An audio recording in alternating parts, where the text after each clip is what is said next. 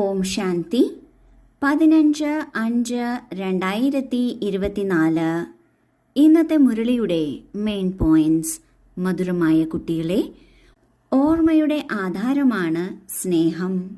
സ്നേഹത്തിൽ കുറവുണ്ടെങ്കിൽ ഓർമ്മ ഏകരസമായിരിക്കില്ല. ഓർമ്മ ഏകരസമല്ല എങ്കിൽ സ്നേഹം ലഭിക്കാനും സാധ്യതയില്ല. നമ്മൾ ആരെയെങ്കിലും ഓർമ്മിക്കുന്നത് 3 കാര്യങ്ങളുടെ ആധാരത്തിലാണ്. 1. അവരുടെ പരിചയം നമ്മൾക്കുണ്ടായിരിക്കണം. അവരുടെ നാമം, രൂപം, ദേശം, കാലം, കർത്തവ്യം, നമ്മളുമായി എന്താണ് ബന്ധമുള്ളത് തുടങ്ങിയവ. 2. സ്നേഹം. ആരോടാണോ നമ്മൾക്ക് സ്നേഹം കൂടുതലുള്ളത് അവരെ നമ്മൾ കൂടുതൽ ഓർമ്മിക്കും. 3. പ്രാപ്തി. ആരിൽ നിന്ന് എന്ത് പ്രാപ്തി നമ്മൾക്ക് ലഭിക്കുന്നോ അതിനനുസരിച്ച് ഓർമ്മയുടെ ബലവും കൂടും. ഇന്ന് ബാബ സ്നേഹത്തിന്റെ കാര്യമാണ് പറയുന്നത്. ബാബയോട് എത്ര സ്നേഹമുണ്ടോ അത് കൂടുതലാണെങ്കിൽ ഓർമ്മ ഏകരസമായിരിക്കും. എന്നാൽ ഓർമ്മ ഏകരസമല്ല എങ്കിൽ സ്നേഹത്തിലെന്തോ വ്യതിയാനമുണ്ട്. അതുകൊണ്ടാണ് അങ്ങനെ ഓർമ്മ ഏകരസമായി ഇരിക്കുന്നില്ല എങ്കിൽ നമ്മൾക്ക് ബാബയിൽ നിന്ന് സ്നേഹവും അതിനനുസരിച്ചായിരിക്കും കിട്ടുക. അതിനാൽ ബാബ പറയുന്നു, നമ്മുടെ സ്നേഹം ഏതിലെല്ലാം പോകുന്നു എന്നത് നോക്കണം. അതിൽ നിന്നെല്ലാം ബുദ്ധിയോഗത്തെ മാറ്റി ഒരു ബാബയെ തന്നെ സ്നേഹിക്കണം, ഒരു ബാബയെ തന്നെ ഓർമ്മിക്കണം. ചോദ്യം: ആത്മാവിന് ഏറ്റവും പ്രിയപ്പെട്ട വസ്തു എന്താണ്? അതിൻ്റെ അടയാളം എന്താണ്? ഉത്തരം: ഈ ശരീരം ആത്മാവിന് ഏറ്റവും പ്രിയപ്പെട്ട വസ്തുവാണ്. ശരീരത്തിനോട് ഇത്രയും സ്നേഹമുണ്ട്, വിടാൻ തന്നെ ആഗ്രഹിക്കുന്നില്ല. ശരീരത്തിന്റെ രക്ഷയ്ക്കായി പലതരത്തിലുള്ള ക്രമീകരണങ്ങൾ നടത്തുന്നു. ബാബ പറയുന്നു, കുട്ടികളെ, ഇത് തമോപ്രധാനമായ മോശപ്പെട്ട ശരീരമാണ്. നിങ്ങൾക്കിനി പുതിയ ശരീരം എടുക്കേണ്ടതാണ്. ഇതിനാൽ ഈ പഴയ ശരീരത്തിൽ നിന്ന് മമത്വം മാറ്റിയെടുക്കൂ. ഈ ശരീരത്തിന്റെ ബോധമുണ്ടായിരിക്കരുത്. ഇതാണ് ലക്ഷ്യം. നമ്മൾ ആത്മാക്കളുടെ ഏറ്റവും പ്രിയപ്പെട്ട വസ്തു എന്നത് ശരീരമാണ് എന്ന് ബാബ പറയുന്നു. അത് പൊതുവേ ഉള്ള ഒരു കാര്യമാണ്. കാരണം ആത്മാവിന് എന്തു ചെയ്യണം എന്നുണ്ടെങ്കിലും, ആരെങ്കിലും സ്നേഹിക്കണോ, എന്തെങ്കിലും പ്രവർത്തിക്കണോ, അതിന് ശരീരം തീർച്ചയായും വേണം. അതിനാൽ ശരീരമാണ് ആത്മാവിന് ഏറ്റവും പ്രിയപ്പെട്ടതായി മുന്നിലുള്ളത്. ഈ ശരീരം വിടാൻ തന്നെ ആഗ്രഹിക്കുന്നില്ല. അതിനാൽ ഈ ശരീരത്തെ രക്ഷപ്പെടുത്തുന്നതിന്, ഇതിനെ നിലനിർത്തുന്നതിന് പലതരത്തിലുള്ള ക്രമീകരണങ്ങളും പലതരത്തിലുള്ള മാർഗങ്ങളും സ്വീകരിക്കുന്നു. ഇത്രയേറെ ഹോസ്പിറ്റലുകളും ക്ലിനിക്കും ഡോക്ടേഴ്സും ഉള്ളത് തന്നെ ഒരു തരത്തിലുള്ള മാർഗമാണ്. എന്നാൽ ബാബ നമ്മൾ കുട്ടികൾക്ക് ഓർമ്മിപ്പിച്ചു തരികയാണ്, ഈ ശരീരമെന്നത് തമോപ്രധാനമായ ഏറ്റവും മോശമായ ശരീരമാണ്. ശരീരമെന്നത് പ്രകൃതിയുടെ മാസ്റ്റർ പീസാണ്.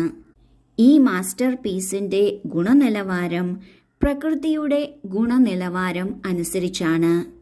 പ്രകൃതി ഇപ്പോൾ വളരെ തമോപ്രധാനമാണ്, മോശമായ സ്ഥിതിയിലാണ്. അതിനാൽ ശരീരവും അതുപോലെ തന്നെയാണ്.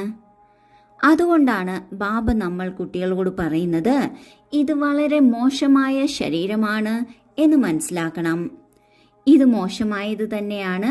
കാരണം ഇടയ്ക്കിടയ്ക്ക് രോഗം വരുന്നു, ചിലപ്പോൾ ഇത് വർക്ക് ചെയ്യുന്നില്ല. ഈ ശരീരം നമ്മൾ ആത്മാക്കളെ പിടിച്ചു വച്ചിരിക്കുന്നത് പോലെയാണ്. അതിനാൽ ബാബ നമ്മൾക്ക് ലക്ഷ്യം തന്നിരിക്കുകയാണ്, ഈ ശരീരത്തിന്റെ ബോധത്തിൽ നിന്ന് തന്നെ ഉപരിയാകണം. പുതിയ ശരീരമാണ് നമ്മൾ എടുക്കേണ്ടത്.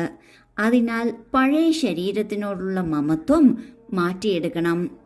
ഈ ഒരു ലക്ഷ്യത്തെക്കുറിച്ചുള്ള അറിവ് നമ്മൾക്കുണ്ട് എങ്കിൽ, ഈ ലക്ഷ്യം നമ്മൾ മുന്നിൽ വെച്ചിട്ടുണ്ട് എങ്കിൽ തീർച്ചയായും നമ്മൾക്ക് ആ ലക്ഷ്യത്തിലും എത്തിച്ചേരാൻ സാധിക്കും.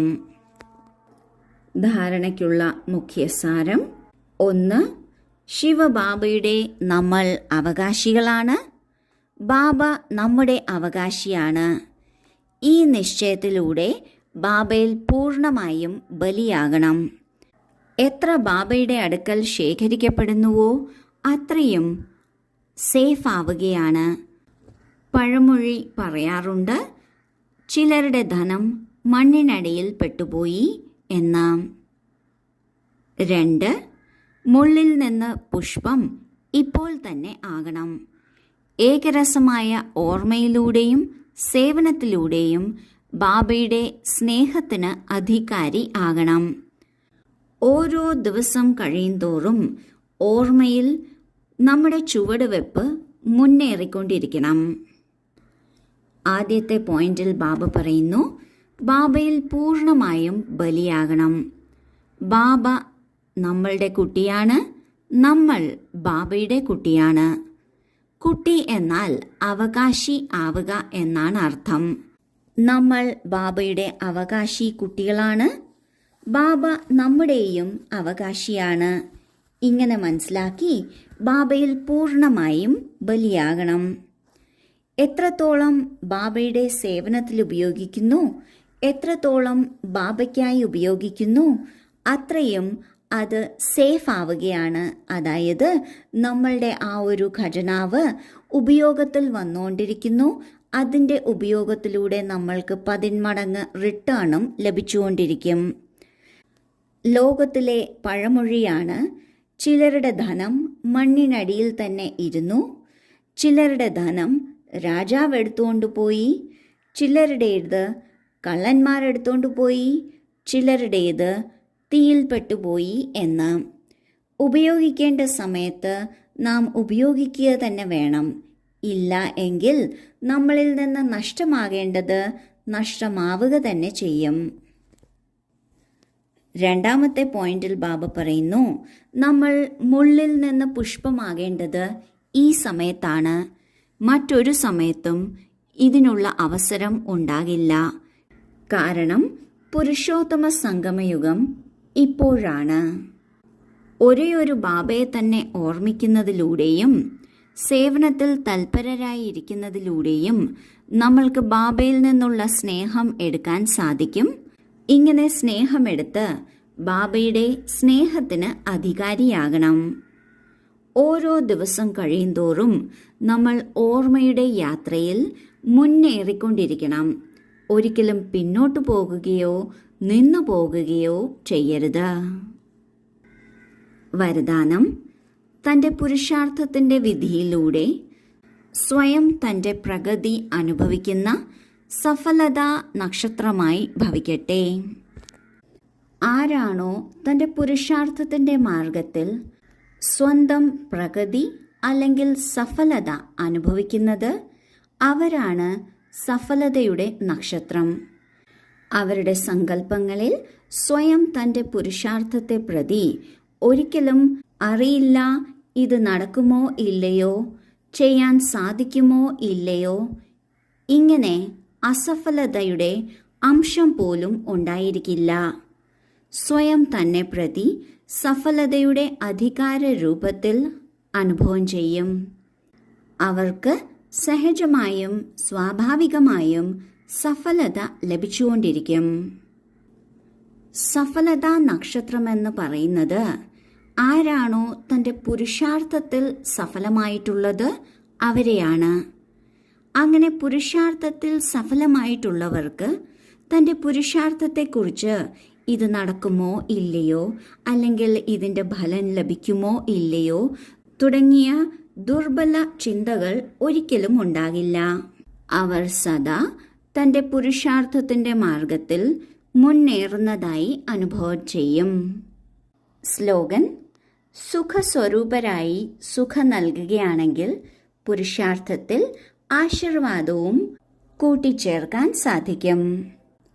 നാം പുരുഷാർത്ഥം ചെയ്യുന്നുണ്ട്, എന്നാൽ അതിനോടൊപ്പം മറ്റുള്ളവർക്ക് സുഖവും കൊടുക്കുകയാണ് എങ്കിൽ, എന്നാൽ അത് ശ്രീമത്ത് അനുസരിച്ചായിരിക്കണം. ഇങ്ങനെ സുഖം കൊടുക്കുകയാണെങ്കിൽ ആശീർവാദം ലഭിച്ചുകൊണ്ടിരിക്കും. അത് നമ്മളുടെ പുരുഷാർത്ഥത്തിൽ നമ്മെ നന്നായി സഹായിക്കും. ഓം ശാന്തി.